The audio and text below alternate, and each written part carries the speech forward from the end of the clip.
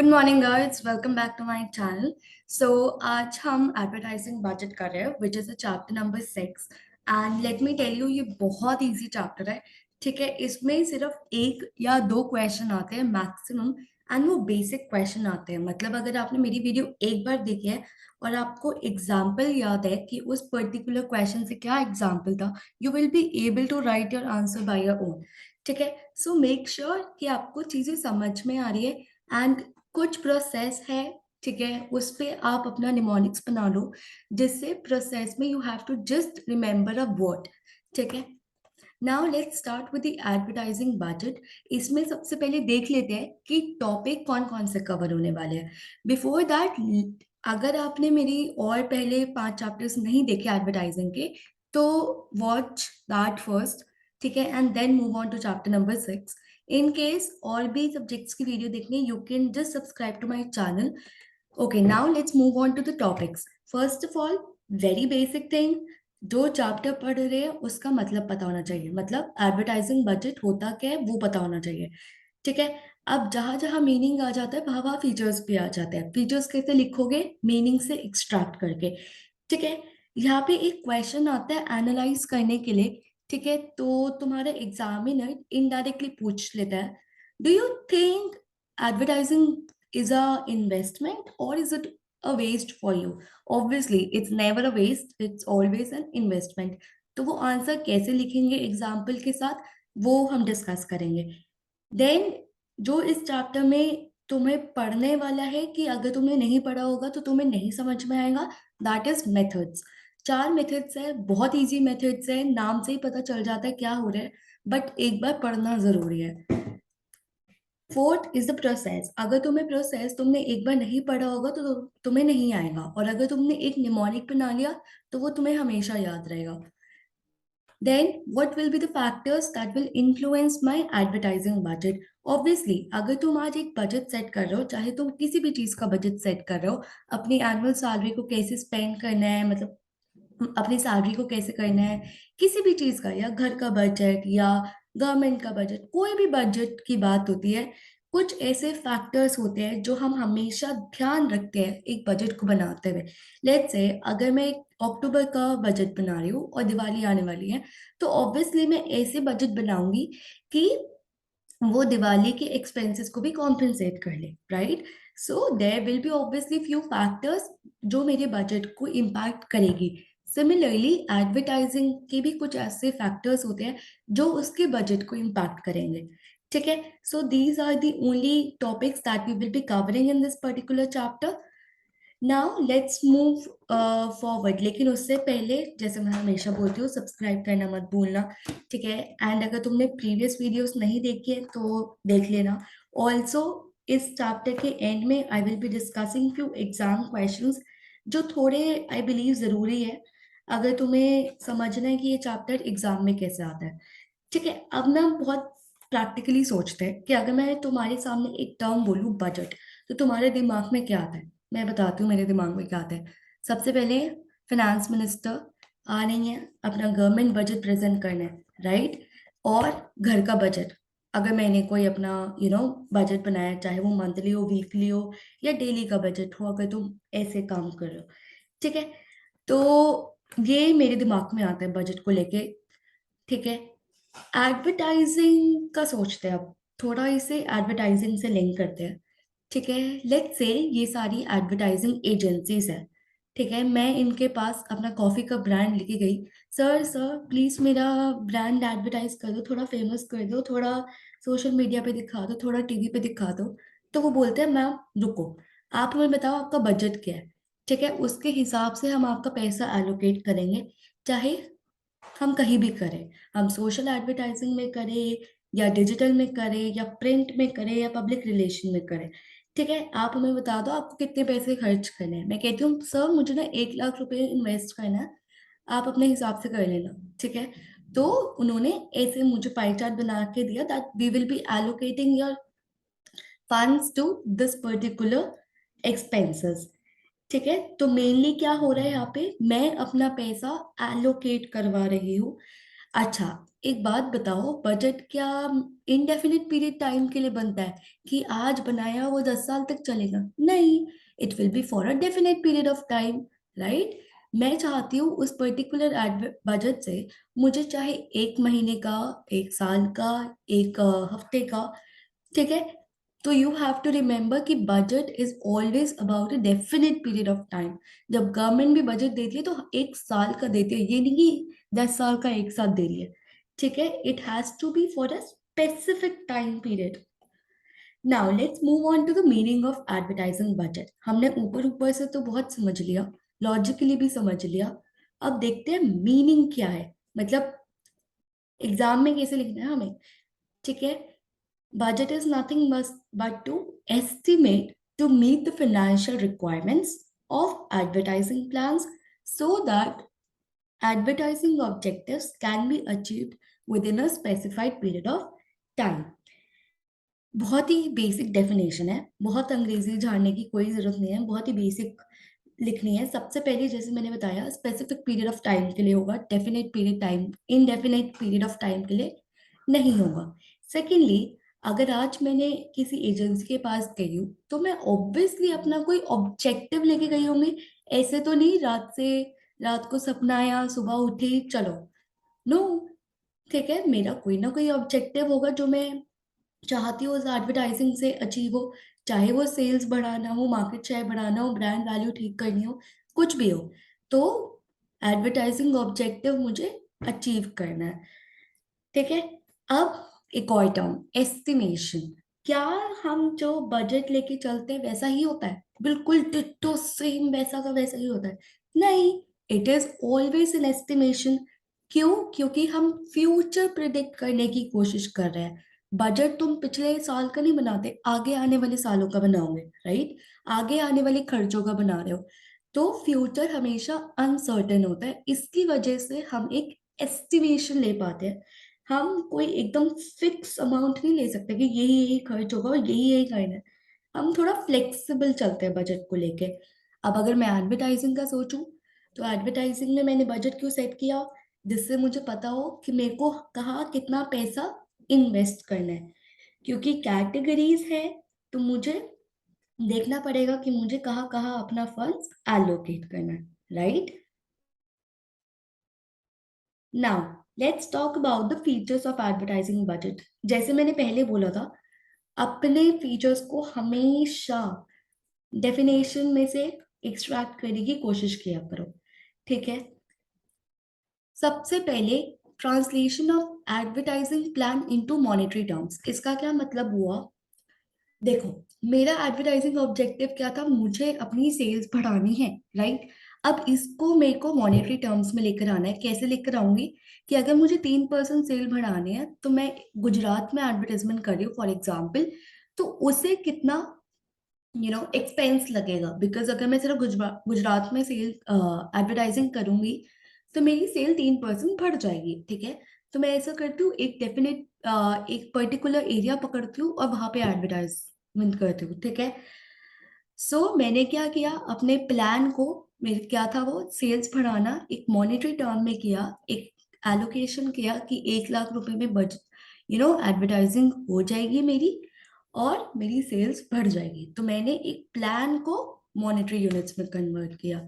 Meeting advertising objective of an organisation. मैं सुबह उठ के ऐसे नहीं आई तुम्हारे पास, मैं सोच कर आई हूँ, मैं सब कुछ समझ कर आई हूँ कि मुझे ये ऑब्जेक्टिव अचीव करना है। अगर मेरा ये एडवर्टाइजमेंट रन हो रहा है, चाहे वो कुछ भी ऑब्जेक्टिव हो, for a definite period of time. ऐसा नहीं बोलती मैं एडवर्टाइजिंग एजेंसी को, सर आप बजट बना दो, बस मुझे नहीं पता कब तक बना रहे हो।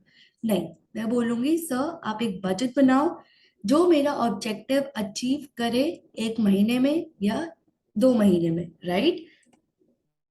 Show plans of allocation of available fund to various advertising activity. As I mentioned, कहाँ कहाँ मुझे वो पैसा एलोकेट करना है, चाहे वो प्रिंट मीडिया हो, टीवी हो, रेडियो, कैसे कैसे मुझे वो एलोकेशन करनी है, right? Determines the size of advertising campaign. एक बात बताओ, कोक का जो बजट होगा वो बहुत ज्यादा होगा, it will be in millions, ठीक है? बट अगर मैं किसी लोकल की बात करूँ, लोकल सॉफ्ट ड्रिंक की बात करूँ या पेपर बोट की बात करूँ, पेपर बोट भी is also now trillions of company, but किसी अगर लोकल कंपनी जो अभी आई है उसका बजट ऑब्वियसली कम होगा, राइट? तो जो कोक है वो बहुत ही ज्यादा अच्छा एडवर्टाइजिंग कैंपेन रन कर सकती है। They can hire lots and lots of celebrities, collaborate with different kind of people, but when it comes to the local brand, they will not be able to do so, right? वहां पे वो थोड़ा restrict हो जाते हैं। Now, let's consider it to be a investment. जैसे मैंने बोला कि ये वेस्ट है या क्या लगता है तुम्हें, वेस्ट है या इन्वेस्टमेंट है? आजकल के टाइम में कंपनीज इतना स्पेंड करती है। I tell you an example. According to 2020 survey I am talking about, Maruti Suzuki has almost spent 500 to 600 crores in their advertising. ठीक है? And when it comes to Unilever, they have almost spent around 3,500 to 4,000 crores for their advertising. Why? Why do you think they do that?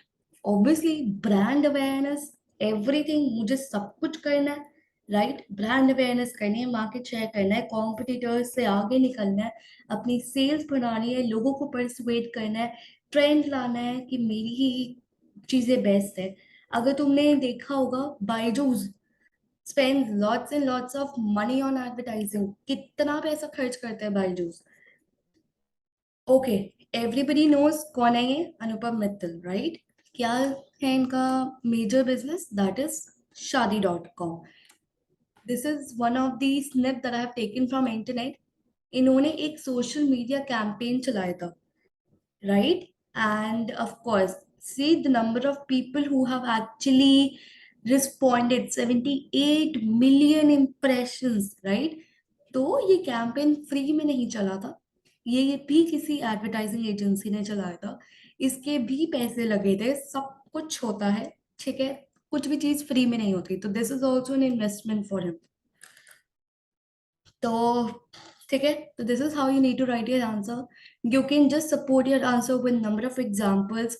तुम ये भी बोल सकते हो कि advertising अगर मैं आज एक इन्वेस्टमेंट की तरह लूँ, देखो इन्वेस्टमेंट में तुम क्या करते हो, आज पैसा इन्वेस्ट करते हो और रिटर्न्स लेते हो। सिमिलरली आज अगर मैंने एडवर्टाइजिंग पे खर्चा किया तो वो मुझे रिटर्न्स देगी, चाहे वो सेल्स के उसमें दे, अवेयरनेस में दे या ब्रांड लॉयल्टी में दे। Over a long period of time वो मुझे जरूर जरूर जरूर बेनिफिट देगी अगर तुम्हारा एडवर्टाइजमेंट अच्छा है। Now see, what do you think? Again, how do you support your answer? Once again, वहां पे सिर्फ एग्जाम्पल था, थोड़ा और डेप्थ में चलते हैं। पहले लोग क्या समझते थे ट्रेडिशनल अप्रोच के अकॉर्डिंग कि यार ये वेस्ट है, क्यों पैसे बर्बाद करना, लोग word of mouth is enough, ठीक है? ये सब पहले लोगों की मेंटालिटी होती थी। क्यों? क्योंकि कंपटीशन बहुत कम होता था उस टाइम पे। आज की तरह नहीं है कि सारे लोग मर रहे हैं, भिड़ रहे हैं, ठीक है, अपना प्रोडक्ट बेचने के लिए। सो वो क्या करते थे, उसे करंट एक्सपेंडिचर की तरह ट्रीट करते थे। तुम कॉमर्स स्टूडेंट हो, करंट एक्सपेंडिचर क्या होता है? मैंने आज किया, थोड़े टाइम के बाद वो मुझे बेनिफिट देगा, ठीक है? मतलब करंट ही पीरियड में वो मुझे बेनिफिट देगा, राइट? बट आज क्या होता है, तुम एडवर्टाइजिंग के बिना नहीं जी सकते। क्यों? क्योंकि इतने सारे कॉम्पिटिटर्स बैठे हैं मार्केट में, जो एक छोटा सा डिफरेंस लेके बैठे होंगे प्रोडक्ट में, राइट? तो कैपिटल एक्सपेंडिचर की तरह ट्रीट होता है। कंपनीज क्या करती है, millions of millions of dollars और मिलियंस ऑफ रुपीज इन्वेस्ट करती है, over a long period of time उसे एक्सपेंस करती रहती है, राइट? तो it is considered as a capital expenditure, जो मुझे बहुत सारे बेनिफिट देने वाला है in a long period of time, right? Benefits बहुत सारे फॉर्म्स में आएंगे, जैसे मैंने कहा इन्वेस्टमेंट के रिटर्न्स आते हैं, वैसे ही बेनिफिट्स आते हैं से एडवर्टाइजमेंट के, चाहे वो सेल्स के रूप में हो, ब्रांड नेम, कस्टमर लॉयल्टी या रिपीटेड सेल्स। सी, ऑब्वियसली, जैसे एक मैं और तुम, मे बी इन्वेस्टिंग अलग हो। क्यों? क्योंकि मैं अर्न कर रही हूँ, I can invest more, you may not be earning, you can invest less. Similarly companies भी ऐसे डिफर करती है। मेरा अगर आज स्टार्टअप है तो मैं थोड़ा कम इन्वेस्ट कर पाऊंगी, और अगर तुम्हारा बहुत ही स्टैब्लिश्ड ब्रांड है लाइक कोक तो तुम ज्यादा इन्वेस्ट कर पाओगे। तो ये इन्वेस्टमेंट डिफर करेगी from company to company. Now there is a method, there are few methods of setting up advertising budget. Let me tell you, ये important topic है इस particular chapter का. You cannot just know this topic and sit in your exam. There are four methods. सबसे पहले affordable method, percentage of sales, competitive parity and objective and task method. एक एक करके सारे method देख लेते हैं, बहुत इजी है। अफोर्डेबल मेथड से क्या लग रहा है? अफोर्डेबल मतलब मुझे लग रहा है कि जो बंदा अफोर्ड कर पाए, ठीक है, जो उसके पास इतना प्रेशर ना डाले, थोड़े उसके बजट में हो, या जो चीजें वो अफोर्ड कर पा रहा है, ठीक है, ये नहीं कि एक स्पेशली खर्चा निकाल रहा है एडवर्टाइजमेंट के लिए। नहीं, अगर बचा तो ठीक है, नहीं बचा तो ठीक है। ओके, तो मीनिंग क्या होता है? Whatever you can afford, as I mention, residual method है। लेट्स से उसके पास आज पॉकेट में 1 लाख रुपए है, ठीक है, 1 लाख रुपए में से उसने प्रोडक्शन में 50,000 लगा दिए, ठीक है, पैकिंग में 10,000 लगा दिए, सब कुछ कट कटा के सैलरी वैलरी सब कुछ, उसके हाथ में आज 10,000 रुपए बचे। तो वो क्या करता है? 10,000 रुपए अपनी एडवर्टाइजमेंट में डाल देता है। इसके example I tell you later. Affordable method बहुत सिंपल साउंड कर रहा है, जैसे मैंने एक एग्जाम्पल बना दिया, बहुत ही सिंपल है, जो बचा वो एडवर्टाइजमेंट का। Disadvantage, it is very uncertain. क्या पता आज तुम्हारे पास 10,000 बच रहे, कल 20,000 बच रहे हैं, और तीसरे महीने में तुम्हारे पास पैसे ही नहीं बच रहे। ठीक है, तो तुम्हें पता ही नहीं है कि मेरे पास कितने पैसे बच रहे हैं। And this is not very logical approach. Why? See, क्या होता है, इस पर्टिकुलर मेथड में मैं अपना बजट फिक्स कर रही हूँ, क्या मैं अफोर्ड कर सकती हूँ। मैं ये नहीं देख रही मेरी फर्म को क्या चाहिए। क्या पता फर्स्ट मंथ में मेरी फर्म को 20,000 का एक्सपेंडिचर चाहिए बिकॉज उसने नया प्रोडक्ट लॉन्च किया है, और थर्ड मंथ में मे बी कम चाहिए हो। बट नहीं भैया, मेरे पास तो पहले मंथ में 10,000 बच रहा, और तीसरे महीने में 30,000 बच रहा है, मैं तो उसी के अकॉर्डिंग स्पेंड करूंगी। नहीं, ऐसा नहीं होता। यू नीड टू सी तुम्हारे फर्म की नीड्स क्या है, राइट? इसका एग्जाम्पल है Chumbak. Chumbak has adopted this method and affordable method, especially जब वो आया था, ठीक है। And also this particular snip I have taken from internet, जहाँ पे उसने बोला है आजकल के टाइम में, स्पेशली द डिजिटल मार्केटिंग के टाइम में, it has become very illogical method. Why? Because see, तुम जीरो पैसा इन्वेस्ट करके भी अपना एडवर्टाइजमेंट करो, चाहे तुमने कोई अच्छा सा पेज बनाया, तुमने कोई ट्रेंड फेमस कर दिया, तो तुम वहां पे भी बहुत ज्यादा फेमस हो सकते हो। So you can use digital marketing, it is not very expensive nowadays, ठीक है। Now let's move on to the percentage of sales method. Percentage of sales method में क्या समझ में आ रहा है? सेल्स का कोई फिगर होगा, उसका परसेंटेज करके मैंने अपने एडवर्टाइजमेंट पे खर्चा कर दिया। सिमिलरली यही है, एग्जैक्टली यही है। तो मैंने एक लेट से 10 लाख रुपए इस महीने में रेवेन्यू जनरेट किया। मैंने डिसाइड किया कि मैं 10% एडवर्टाइजमेंट में खर्च करूंगी, तो मैंने 10 लाख का 10% कर दिया, and that will be my advertising budget. Sales figure कौन सा ले, ये थोड़ा कंफ्यूजिंग हो जाता है ऑन पार्ट ऑफ स्टूडेंट, कि मैम ये सेल्स फिगर कौन सा ले।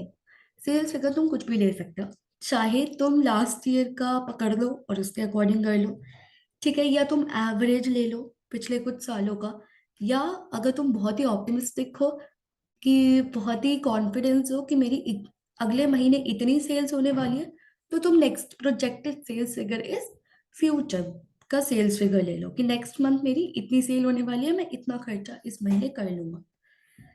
एग्जाम्पल, एनुअल सेल्स मेरी इतनी है, मैंने बोला कि मैं 3% खर्च करूंगा, तो मैंने इसका 3% करके कर दिया, ठीक है। अब ये एनुअल सेल्स फिगर कैसे कैसे आ सकता है? या तो लास्ट ईयर का होगा, इसमें इन्होंने एनुअल लिया है, ठीक है। अब ये एनुअल इन्होंने बताया नहीं है कौन सा लिया है, चाहे वो लास्ट ईयर का ले, चाहे उन्होंने एवरेज से निकाला हो, या ये अगले साल को, ठीक है। इसके एडवांटेजेस एंड डिसएडवांटेजेस क्या है? एडवांटेजेस बहुत इजी है, मेरे पास एक फिगर होगा, उसका परसेंटेज निकाल के मैं अपना खर्चा डिसाइड कर लूंगी, ठीक है। It relates to directly where the funds will be available, जहां से पैसा आने वाला है, दैट इज फ्रॉम सेल्स, वहीं से मैं रिलेट कर रही हूँ। लेट्स से मैंने आज ज्यादा पैसा कमाया तो मैं आज ज्यादा खर्च कर रही हूँ, मैं कम पैसा कमाऊंगी तो मैं कम खर्च करूंगी। जहां से सोर्स ऑफ रेवेन्यू है मैं वहां से डायरेक्टली रिलेट कर रही हूँ। Lastly, it will establish a relationship between the selling price, yeah, between, just a minute, I got confused myself. Okay, yeah, I was correct. Selling price, profit and cost. See, अब manager को ना ये बहुत ही ज्यादा encourage करता है, क्यों? क्योंकि वो एक रिलेशनशिप देख पाता है कि अगर मेरी इतनी सेल्स हो रही है और इतना खर्चा हो रहा है तो इतना प्रॉफिट हो जाएगा, ठीक है। क्यों? क्योंकि मैं अपनी एडवर्टाइजिंग फिगर्स किससे रिलेट कर रही हूँ? सेल से। डिसएडवांटेज, सी, मैं यहाँ पे क्या कर रही हूँ, मैं सेल को एक फैक्टर कंसिडर कर रही हूँ कि सेल ज्यादा हुई तो मेरा एडवर्टाइजिंग खर्चा होगा, ठीक है। नहीं, but sale is a result of the advertising, अगर तुम एडवर्टाइजिंग करोगे तो वो रिजल्ट देगी, राइट? उसकी वजह से सेल्स इंक्रीज होगी। You can not consider sale as a factor, instead you have to consider sale as a result, okay. It becomes very difficult in planning, why? Because sales figure बहुत ही ज्यादा fluctuate करते हैं। अगर तुम specially startup company हो तो तुम्हारे सेल्स फिगर फ्लक्चुएट करेंगे, जिसकी वजह से तुम्हारी प्लानिंग बहुत ही ज्यादा, I am sorry for that sound, बहुत ही ज्यादा डिफिकल्ट हो जाएगी। अब इस मेथड ने ये नहीं बताया कितनी परसेंटेज लेनी है, 10%, 20%, 30%। ये मैं परसेंटेज कैसे निकालूं? क्या ऑप्टिमम परसेंटेज है, ठीक है। May result in under spending. See, ये कभी कभी अंडर स्पेंडिंग में भी रिजल्ट करती है। व्हाई डू यू थिंक ऐसा होता है? ये इस,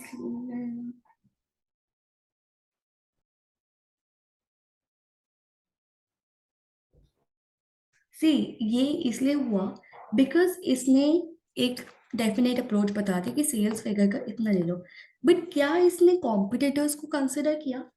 क्या इसने मार्केट कंपटीशन को कंसिडर किया? क्या इसने ये देखा कि मैं कुछ नया एक्सपेरिमेंट करके देखता हूँ? नहीं, ठीक है। और स्पेशली जब तुम्हारा नया प्रोडक्ट आता है तो उस टाइम तुम सेल्स नहीं देख सकते, क्यों? सेल्स तो मेरी अभी तक हो ही नहीं है। अगर मेरी सेल्स ही नहीं हुई है तो मैं सेल्स फिगर का परसेंटेज कैसे ले लूं? ये तो नया प्रोडक्ट है, ठीक है। तो उसका कैसे डिटरमाइन करूं, राइट? समझ रहे हो? सेल्स फिगर ही नहीं है तो एडवर्टाइजिंग खर्चा कुछ नहीं होगा, मैं वेट करूं कि पहले सेल्स हो और उसका लूं? नहीं, नए प्रोडक्ट पे हमेशा ज्यादा खर्चा होता है। क्यों? क्योंकि मुझे लोगों को ब्रांड अवेयरनेस करना होता है, अवेयर करना पड़ता है कि yes, this product exist. Now let's move on to the competitive parity theory. Competitive parity method क्या है? इसके बीच में ये लॉजिक था कि जितना मेरा कॉम्पिटिटर खर्च कर रहा है उतना मैं करूंगा, ठीक है। थोड़ा उसके बजट पे ध्यान रखूंगा, ठीक है। जितना वो कर रहा है उतना। अब इससे क्या होता है, एक इंडस्ट्री में एक खर्चा डिसाइड हो जाता है कि इस इंडस्ट्री के सारे लोग लेट से 10 लाख रुपए खर्च करेंगे तो कंपटीशन नहीं होता, ठीक है। भाई तुम्हारे पास 10 लाख है तो तुम 10 लाख, तो ये ऑप्टिमम लेवल डिसाइड हो गया कि इंडस्ट्री में हर कंपनी इतना खर्च करने वाली है। Same spending as a competitors, defensive strategy है। एडवांटेजेस क्या है? कंपटीशन, जैसे पिछली बार मैंने कंपटीशन को इग्नोर कर दिया था, इस बार मैं कंपटीशन को भी देख रही हूँ, ठीक है। मैं मार्केट स्ट्रैटेजीज को भी देख रही हूँ। इंडस्ट्री ने बजट क्रिएट किया 10 लाख, और प्रमोशनल वर्ड्स कम होंगे, क्यों? क्योंकि अगर वो 10 लाख कर रहे हैं मैं भी 10 लाख कर रही हूँ, ठीक है, ओके, प्रमोशनल वर्ड्स नहीं हो रहे हैं। डिसएडवांटेजेस क्या है? अब इंडस्ट्री में ऐसा तो नहीं है ना सारे पॉपुलर फर्म्स बैठे हैं, नहीं, कुछ ऐसी भी फर्म्स होगी जो स्टार्टअप होगी, उसके पास रिसोर्सेस नहीं होंगे कि वो 10 लाख का खर्चा कर सके। देर इज नो गारंटी कि ये ऑप्टिमम लेवल हो। मैंने तो बोल दिया कि भैया ये 10 लाख का ऑप्टिमल लेवल है, क्या पता ये ना हो, क्या पता ये बहुत ज्यादा लेवल हो कुछ फर्म्स के लिए, राइट?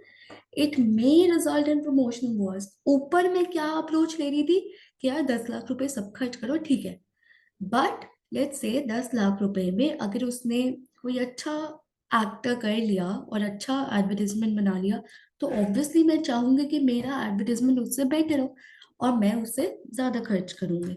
Ignores other factors. अब अदर फैक्टर्स में क्या आता है कि देखो, हर मेथड को एक दूसरे मेथड से प्रॉब्लम होती है। अब ये क्या कहेगा कि भैया तुमने इसमें सेल्स नहीं देखा, ऑब्जेक्टिव्स नहीं देखे, ठीक है, तो तुमने ये फैक्टर्स इग्नोर कर दिए।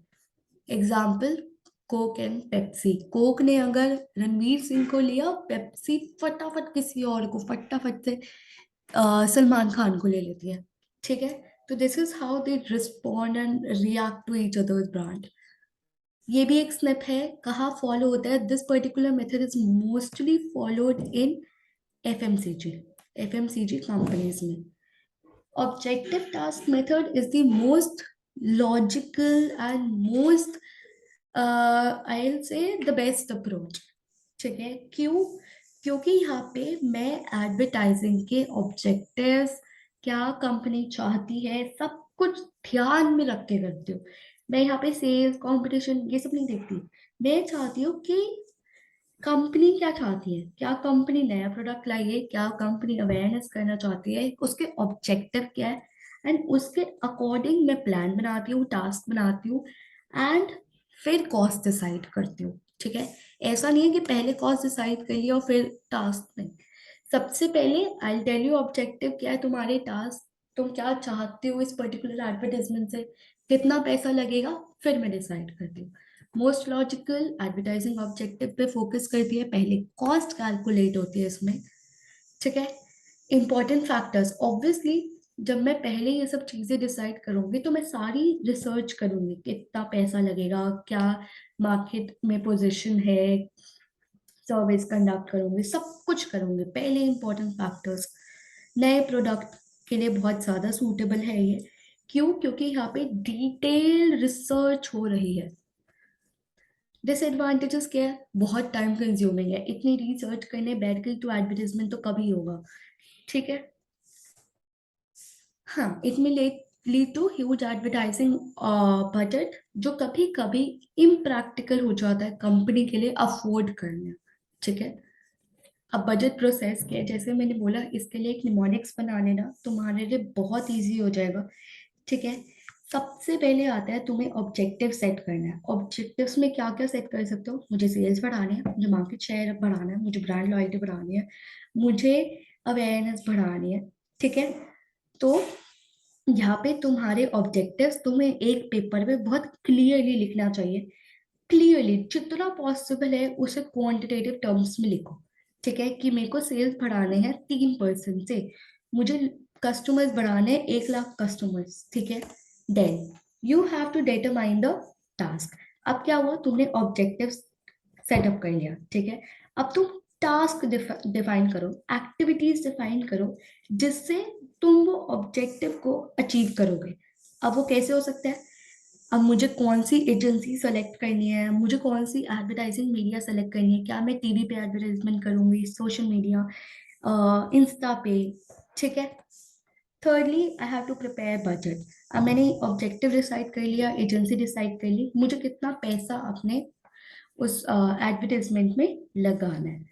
Approval of top management. तुम बहुत बड़ी कंपनी के एक छोटे से हिस्से हो, तुम नहीं डिसाइड करोगे कि मुझे इतना पैसा, तुम्हें टॉप मैनेजमेंट से अप्रूवल लेना पड़ता है।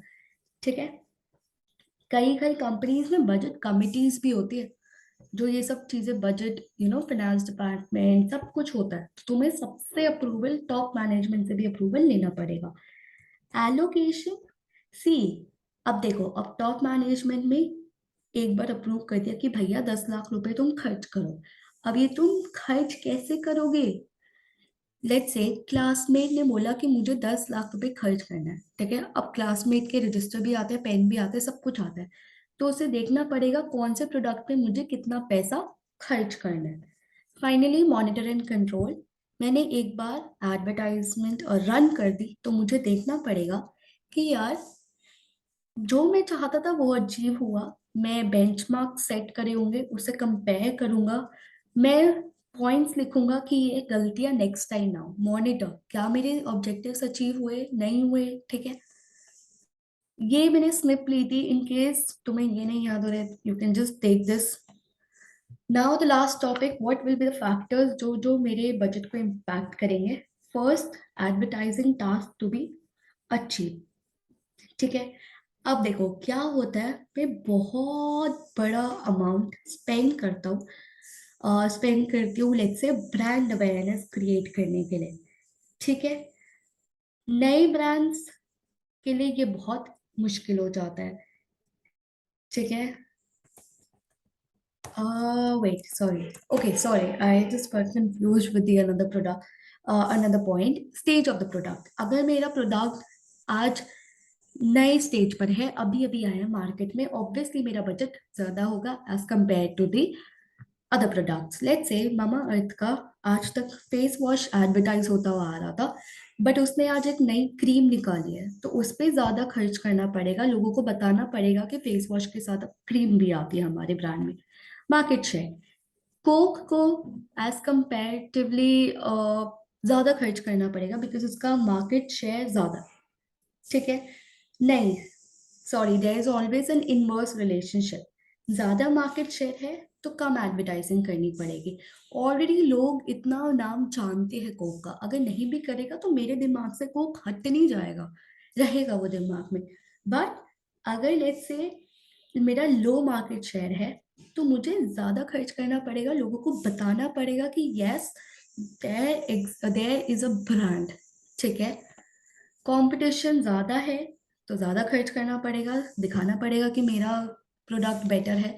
नहीं है तो I can spend less. Frequency of advertising, मैं चाहती हूँ मेरा स्टार प्लस पे 10 बार ऐड आए एक दिन में, तो मुझे ज्यादा देना पड़ेगा। बट मैं चाहती हूँ 8 से 9 के बीच में 2 एडवर्टाइजमेंट आए और मेरा काम चल जाएगा, तो मैं पैसा कम खर्च करूंगी। प्रोडक्ट डिफरेंशिएशन, सी अगर तुम्हारे कॉम्पिटिटर्स बहुत ही ज्यादा सिमिलर प्रोडक्ट बेच रहे हैं तो तुम्हें अपने एडवर्टाइजमेंट से बताना पड़ेगा कि यार मेरा प्रोडक्ट डिफरेंट है, ठीक है। तो यहाँ पे तुम्हें थोड़ा ज्यादा इन्वेस्ट करना पड़ेगा। Financial resources, as I mention, Coke का बजट मिलियंस में होगा, मेरा लाखों में होगा या हजारों में होगा, ठीक है, तो वो भी मेरे बजट को इम्पैक्ट करेगी। सपोर्ट फॉर फ्रॉम रिटेलर्स, सी अगर तुम्हारे रिटेलर्स तुम्हें सपोर्ट नहीं कर रहे तो तुम्हें अपने एडवर्टाइजमेंट को ज्यादा करना पड़ेगा, जिससे तुम अपने कस्टमर्स को अट्रैक्ट करो ब्रांड की तरफ। लेट्स से मेरी एक किनारे की दुकान है, ठीक है। लेट्स से कोई भी ग्रोसरी शॉप है मेरे सेक्टर में। अब उसके पास एक प्रोडक्ट नहीं है और मैंने एडवर्टाइजमेंट देख लिया, मैंने कहा भैया वो आपके पास है XYZ का, कि अगर नहीं मैंने मैं मंगवा दूंगा, ठीक है। तो रिटेलर क्या करेगा, फिर मंगवाएगा। क्यों मंगवाएगा, क्योंकि कस्टमर वो डिमांड कर रहा है, ठीक है। पास्ट पेपर में कैसे क्वेश्चन आए हैं, these were the two kind of question, mainly methods पर आते हैं या फीचर्स या मीनिंग पे आ जाते हैं, but the most common question is your method. अगर एग्जामिनर को पेपर इजी करना होगा, वो फैक्टर्स फीचर्स ये सभी पूछ लेगा। Chapter is complete. Congratulations. Thank you so much for watching my video. Make sure you subscribe to my channel. ठीक है, तुम लास्ट तक नहीं देखते, मुझे पता तुम भाग लोगे इससे पहले ही, बट प्लीज सब्सक्राइब कर देना please. And in case you need help, you can contact me through my mail or through my Insta handle. I'll solve your doubts regarding this particular chapter. Okay, bye. Have a great day. Thank you so much for watching this video. All the best for your exam.